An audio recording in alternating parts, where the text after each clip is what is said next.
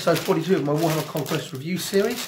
This is Wargamer Dad, and this episode will be reviewing issue 40. There has been nothing so far to cause me to lose count. You know what? This issue contains the second part of the Plague Burst Crawler. The first part came in last week's issue. The second part is coming in this week's issue. And keep watching to the end, as there will be a competition to win this, because I don't collect death cards, so I don't need it.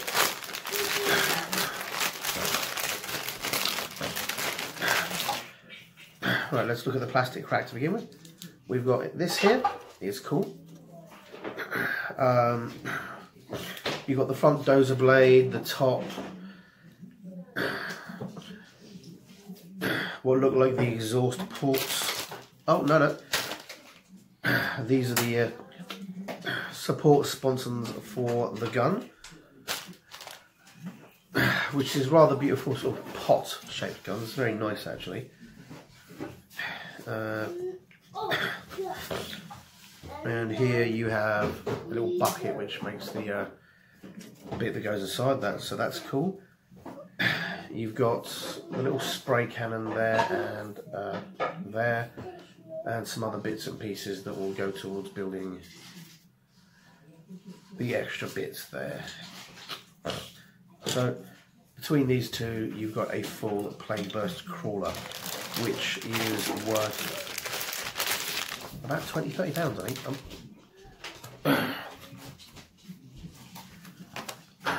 If we get on to the just uploading on my tablet, I'm just going to see how much that is worth. If we get on to the first video, wow, that's some old school out there.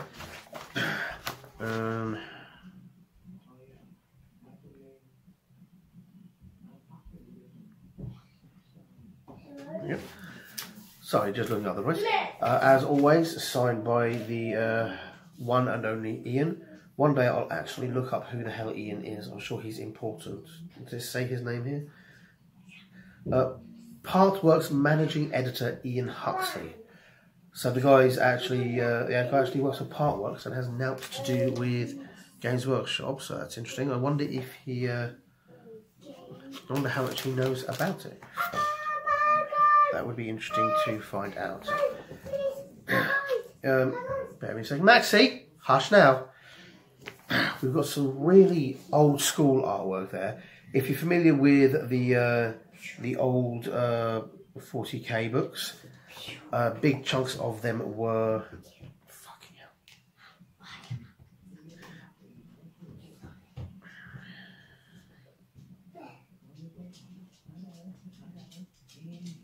Boom, boom, boom. Plague Burst. Well, okay. Big chunks of them were done with this kind of pencil style artwork. It was kind of a concept artwork.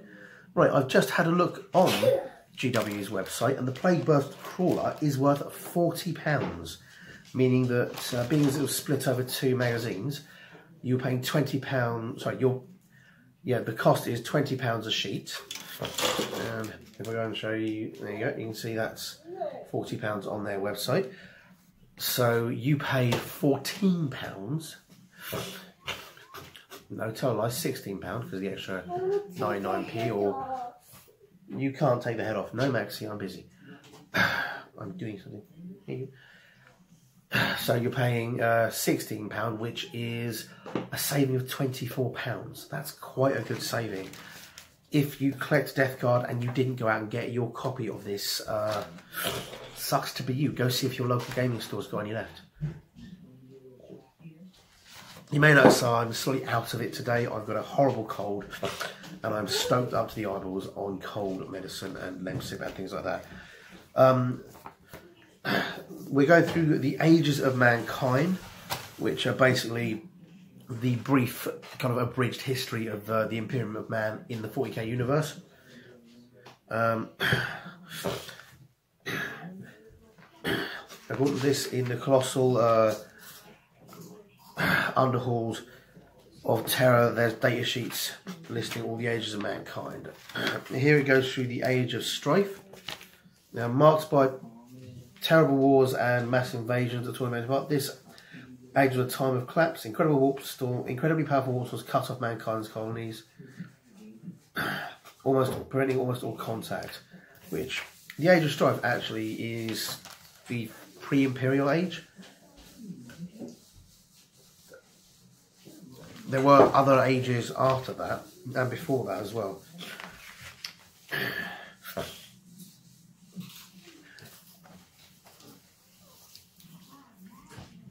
But they have been covered in other books. The Age of Strife is basically the age immediately before the rise of the Emperor. You know, he unified humanity because he knew of the warp storms and he knew enough about the war to know that the warp storms were going to come to an end. Bear me a second. Sorry, just a little noise in the background there. Obviously, mankind didn't know it, but basically what was happening was the Eldar Empire was collapsing, which was an important and necessary event for mankind's ascension, as it meant that the biggest, most powerful alien race out there, the biggest threat to humanity, was wiping itself out, basically. If not wiping itself out, certainly decimating itself. After the Age of Strife,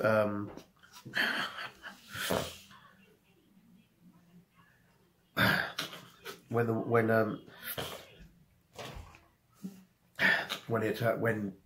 Slaanesh was born and the Eye of Terror was created and everything settled down, that's when the Emperor began the Great Crusade.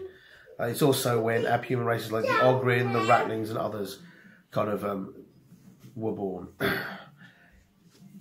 The Age of Strife takes us up to the period that we were playing 40k in prior to Dark Imperium. Obviously, we're now in another age, the age of everything getting sorted out. Hopefully, and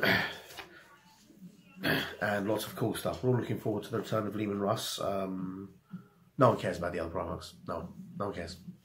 Mention GW, Leman Russ. No one cares about Russ. Next, he goes on to the Eye of Terror, explains what the Eye of Terror is, where it is. It points to where the Cadian Gate was. Spoiler alert, if you aren't aware, the Cadian Gate ain't there no more. It also talks about it being a demon realm, it being where the heretics Astartes live, and the eternal war between the heretics and the loyal forces. It then moves on to explain the Garden of Nurgle, which is basically Nurgle's home realm. Twin-sided Nurgle's being, causing death and giving life, expressed in his private domain. Through his garden, though his garden is rather slow death when you travel here, it is teeming with life. The garden is a place of growth and experimentation where Nurgle can test new diseases and create new demonic servants. You know, this not only expresses what Nurgle is, it also actually quite beautifully, really, expresses why all the Chaos Gods are interlinked. Things are constantly dying and constantly growing. They're in a constant state of flux and change. He's constantly experimenting with new things and trying out new things. So you can see how Nurgle, the god of entropy and death, slides into Tzeentch, the god of change and growth, and death and growth and death and development and growth and death and change and fiddly. Some of the other examples are Khan the Betrayer, who takes pleasure in killing. Slaanesh several times has attempted to woo Khan over to his side, and he's never managed it because Khan just likes violence and killing too much, and Khorne is a purer expression of Khan's self than Slaanesh would be. And these are all about human emotions, so you can see how each emotion flows into the next and is tainted by the other emotions in the human psyche, and so it makes sense that each of the Plague God and the Khorne and the God of War and the God of Change and the God of Pleasure all interweave. There are little demons and mini chaos powers on the borders that are made up of different emotions that humanity doesn't express as much, or combinations of emotions that link them into the main ones. Maxie, I told you to be quiet. Close the door behind you now. I need a wee. Well, then turn the light on and have a wee. Turn the light on. There we go. Well, don't close it all the way. That's too close. Excuse me, I'm just going to pause it. Sorry, just a small child needing a wee. Well, yeah. Another example, an example of one of those small chaos gods that exists in the edges between two chaos gods is Cain, the Eldar god of war. Because not only is he the Eldar god of war, but he's the Eldar are very much about the sensations and very much about experiencing everything to its fullest. And as such, he's both the Eldar god of war and the Eldar god of losing yourself in the pleasure of violence. Hence, he's not actually the god of war; he's their god of murder. And as such, the reason he hides in as such, when Slaanesh was born, Cain was ripped from Khorne. Maxie, come on. Cain was ripped from Khorne and stolen by Slaanesh, then ripped back, and so on and so forth. There's probably some sort of weird example around of a Nurgle demon or something that bounced between the two. But every one of the Chaos Gods is kind of linked to the others. They don't exist separately. They're not defined separate beings, except when they are, which is the cool, weird thing about Chaos. It's a very weird and well thought out pantheon, and Games Workshops have been building on it for decades, which is one of the best things about GW. They've got such a rich and complex backstory. But anyway, the garden is surrounded by countless demons, patrols of plague bearers, and rivers of chuckling Nurglings greet those who dare enter its depths. Any who breach its borders are bound to suffer an unpleasant end at the hand of one of its denizens or disease. Nightmarish monsters lurk amidst the trees, strangling vines loop down, and so on and so forth. It's also worth noting that in the realm of chaos, everything is weird and twisted as well, and fluid and emotion and immaterium, so it even gets weirder than that.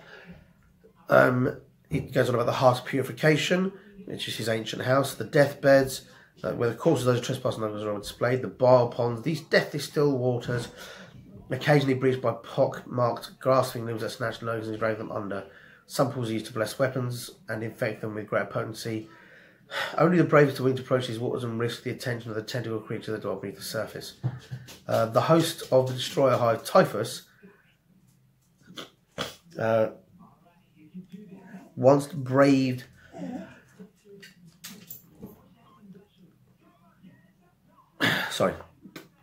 this garden in an attempt to prove his might. He fought off the foul beasts that dwell in the bile ponds and was able to drink the sacred waters. In recognition of his power and devotion, Typhus was then permitted to dip his scythe in the effluent that seeps from Nurgle's throne. So that's really cool. It goes on about Nurgle. It goes on about the slow hunt. A few survivors do escape Nurgle's oubliette. An oubliette, in case anybody reading that one is wondering, is a French type of prison. It comes from the French word oublier, to forget. An oubliette or an oubliette is a prison that you put people in and then just leave them there forever. You don't ever come back. You know, you might feed them, you might not. If anyone's ever read or watched the Man in the Iron Mask in any of its iterations, the cell he was put in with the bricked up door and the pony lock doors that will never open, that's an oubliette. You know, it's not a prison that you're put in to come away from. It's a prison that you're put in just to be forgotten. It was considered one of the nastier types of prisons because it's just, that's it for you. You're dead. We just don't want to bother killing you, which is quite cool. So a few survivors do escape Nurgle's oubliette. The plague god does not find this displeasing. He simply climbs up to his balcony and calls demons to hunt down the escapee. He is in no hurry for his prey to be caught. He reclines on the veranda of his manse and patiently waits for his trophy to be returned to him. So, yeah, that's all cool as well. We then go on to, it's then got a small story, Ground to Dust. The Death Guard have laid siege to Adeptus Mechanicus Fortress Factorum, Castilium Ferris, with the enemy dug in. Atrophus Phage, Lord of Contagion, directs the final assault on the loyalist positions, with Plague Burst Crawlers in tow. So that's a nice story describing a battle in which the prize that you may win. takes part. I really like these stories. They're very inspiring. They make you want to play the models and do all the things. So they're really cool. Yeah, that comes through there. You've got a nice picture of a Skitarii, who are the cybernetic warriors of the machine god. And that's really cool. For anybody who's not sure what the machine god is, basically while the Emperor was unifying Earth, on Mars there were a group of colonists who, without the supplies from Earth, had to resort to cannibalizing everything, including their own bodies, to survive. They hybridized themselves with machines, they recycled air. Eventually they began to worship the machines that kept them alive, and began to become basically a sort of cyborg human hybrid race, with their ultimate ideal being that they would one day ascend to becoming pure machine and leave the weakness of humanity in the flesh behind. When the Emperor found Mars, he found they were so technologically advanced that a war with them would have been Pyrrhic. You know, he possibly or probably could have beaten them, but to do so would have decimated his forces as well. Plus, he really needed them and all their weaponry and all their cool stuff on his side. So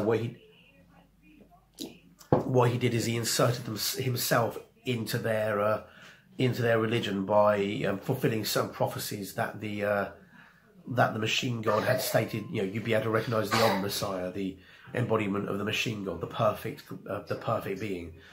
The Emperor was able to sort of give them the vague idea that that was what he was, and he was then able to broach a contract and an alliance between them, and with Mars's backing, they then went and conquered the universe. You know, Mars building his ships, maintaining his stuff, him feeding any lost technology back to Mars, including any STCs.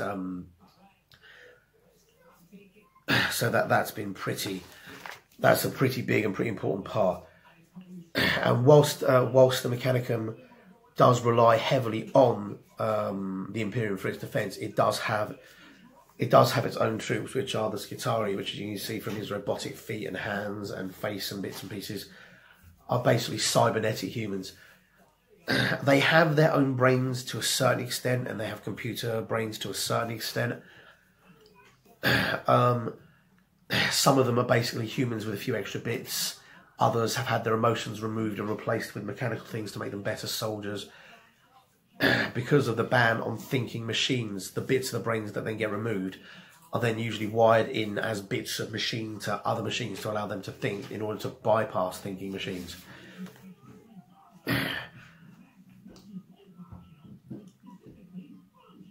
In case you didn't know, it's illegal for AIs are illegal in the Imperium due to the rise of the Iron Men, which is a sub-story which very similar to Frank Herbert's Dune.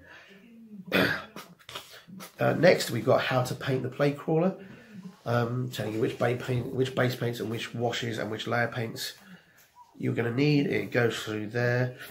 Obviously, you had the building of it last week, so it goes through there, tells you some of the bits. Then it goes through there. At the moment, you can see it's all looking very bright and very happy. And then you're going to start to shade it with that one, and shade more of it there. And with that, you're then using the highlighters to bring it up. It's worth noting, if you actually look at the shading there, and then you look at the highlighting there, it looks darker once you bring the highlighting up. Highlighting doesn't just make things look brighter, it helps the darker parts of the model look darker and funkier. And there you can see you've got a pretty finished Plague Burst crawler. Next we have this week's mission, the Battle for Kalon. The Battle for Kalon, it's a new world, so it's a new part of the campaign that we've been running through, we've been following the magazine through these past 40 episodes. If anybody's actually been playing this campaign, because I certainly haven't had time to play anywhere near every mission, or anywhere near half the missions, or a quarter, or more than one or two. Yeah. Please comment, let me know how they play. or at least how you think they play. I've been hearing random good things, but nothing particularly complete. You've got the mission briefing, Kalon Must Fall. You've got the battle map using the new map we got a couple of weeks ago. And here you have the rules for the Plague Burst Crawler, which again are on a one-sided page so that you can keep them in effectively what is now going to be your growing Death Guard Codex.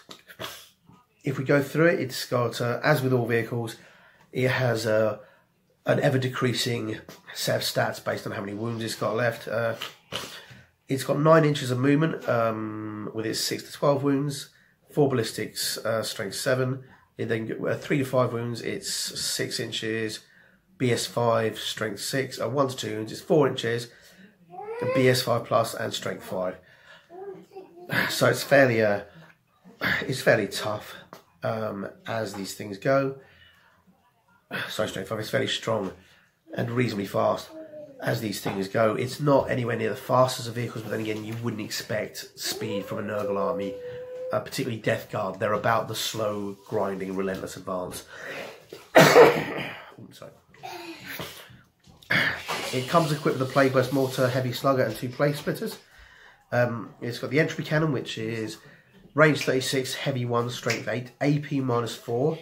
So that is going to wipe out any armoured opponent. Marines will not, damage D6.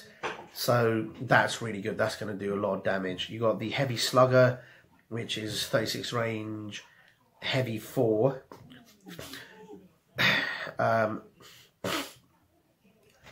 Strength 5, AP 1. Ideal for taking out light infantry, that one. Only 1 damage, but cool. The Plague Burst Mortar, which is 12 to 48 inches. It's worth noting, if this thing doesn't have a long range, that's its longest range weapon of 48 inches, which is going to cover the majority of the table. And its minimum range is 12 inches. Bear me a second. Maxie, hush now. Its minimum range is 12 inches, with its other weapons so far being 36 inches. So you can see it's not really designed for close combat. It is designed for that middle range bolt gun Space Marine Death Guard crawl. At 12 to 48 inches, it's got a heavy D6, strength 8, so that's up to D6 shots. Strength 8, which is great, -2 armor, which means it's damaging and killing most guys, even Marines, and D3 damage. So there's a lot of randomness in there. You're rolling a heavy D6, see how many shots you get, and then each shot does D3 damage. So you could get 1 shot at 1 damage. You could get 6 shots at 3 damage. What's 6 times 1, 3? 36, yeah. You could get 36 points of damage on a single target, if you're lucky, or 1 if you're not. So it doesn't seem like something you should rely on too heavily. Certainly, you might mitigate it if you're taking a detachment or a battalion of plague crawlers, which, if you've been keeping an eye on general GW news, you'll know that Apocalypse is coming out soon. So that might be something worth considering. Yeah, exactly how many plague crawlers you're going to take. You've got the Plague Spitter, which is the little, which is that thing there, which is basically a spray gun, which has 9 inches. Assault D6, so you can fire and charge. I'm not sure why entirely you want to, but you can. Strength user, which is 7, 6 and 5 as you go down. So yeah, that's not bad. So D6 at strength 7 is quite a nice thing. AP -1 and damage 1. Oh, I missed a few bits. Sorry. With the Plague Mortar, you can reroll wounds. Wound rolls of 1 for this weapon. This weapon can target units that are not visible to the firing model. So that's pretty cool. You can shoot pretty much anything by firing over. And with the Plague Spitter, you can reroll wound rolls of 1 for this weapon. This weapon automatically hits the target. So that's cool and a lot more reliable. We can see with the Plague Burst Mortar's rules, the rerolling of 1 and the fact that you can hit anybody, because you can hit guys that that aren't visible, you can see why they've given it such a random profile. If that profile were in any way reliable, it would be a beast. And with 48 inches range and strength 8, you'd be just killing anything you wanted on the board, you could kill. So that's pretty meaty. Then we've got the Rothhail volley gun, which is the little machine gun in the front. 24 inches, again right in the middle of its range. Heavy 3, which is a good amount of shots. Strength 6. So it's hurting most things. AP -2. So again, you've got a fairly good chance of killing even Marines in armour, and damage 1. Wargear options. This model may replace both its plague spinners with 2 entropy cannons, which gives you more range and a bit of more of a reliable profile, although you cannot, or you do not automatically hit. I'm wondering, yeah. And then this model replaces Heavy Slugger with a Rothhail volley gun. I've been calling it a Rothhail volley gun because I'm pronouncing TH. Of course, it's a Rothhail volley gun. Sorry, guys, my brain just failed by making the word make sense. Rothhail volley gun, which again is a nicer profile than the Heavy Slugger, although with a shorter range and less shots, but it does have better strength and better AP, so that's cool. Disgusting resilient, as all Death Guard models are. Each time this model loses a wound, roll a dice, and a 5+ model does not lose that wound. Demonic, this model has a 5+ invon save. You can't go wrong with an invon save. Yeah, having something that's always there is good. Yeah, there are a few things that get past invon saves, and they're always a laugh. Explodes, if this model is reached to 0 inch, roll a d6 before removing it from the battlefield, and a 5+ explodes. Each unit within 6 suffers d3. That mortal suffers d3 mortal wounds. So that Maxi, stop that. So that's something to be aware of. Keeping your models out of explosive range of vehicles is often a good idea. However, it does mean you can't make use of them as cover. The Plague Burst Mortar range. The Plague Burst Mortar has a minimum range of 12. This means the weapon cannot target units that are within 12 inches of it. If at least one model in a unit is more than 12 inches away, the Plague Burst can fire at the unit because the Plague Burst Crawler does not have a base. Remember to measure from the closest part of the model to the furthest part of the enemy unit.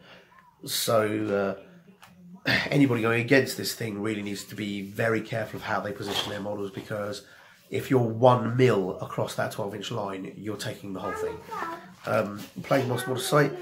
The mortar can target units that are not visible to the Plague Burst Crawler, even if terrain or other models are in the way.